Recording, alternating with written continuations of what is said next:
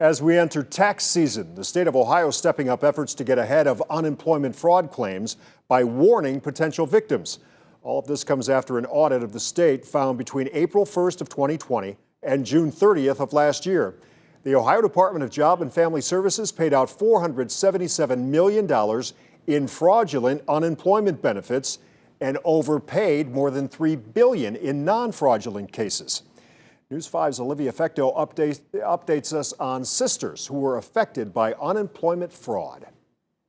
Sisters Kathy Bush and Kristen West head up Kemper House, a family-owned, family-run assisted living facility for memory care patients. I got letters in the mail from two or three different people from the state, I should say, from the Unemployment Bureau, in claiming him as the employer. Last year, those letters came addressed to Kathy's husband, Michael. Names that we didn't obviously know, and that they were owed unemployment on his name. Michael doesn't own a business, never has, so it didn't make much sense for a claim to be filed on him as an employer.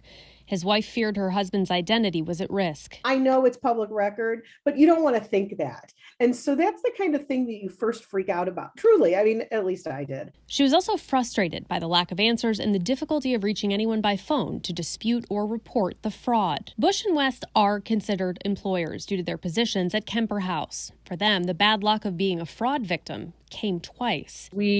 We're seeing it from our employees coming in saying, I got this paperwork. I still work for you guys. I didn't quit. I don't work anywhere else. They also got unemployment claims for people who never worked at Kemper House. Even their father, a resident at Kemper House, was the target of fraudulent claims. We did everything we were supposed to do. They didn't hold up their end, but we'll end up, I fear we'll end up paying for that. ODJFS is now starting to issue 1099-G tax forms to people who received unemployment benefits in 2021.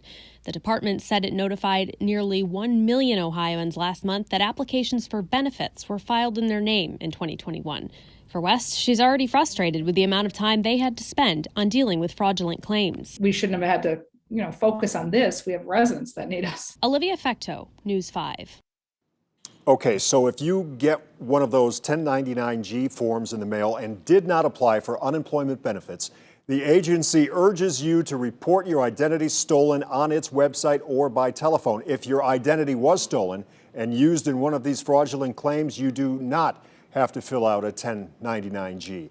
But the agency still recommends consulting with the IRS or a tax advisor.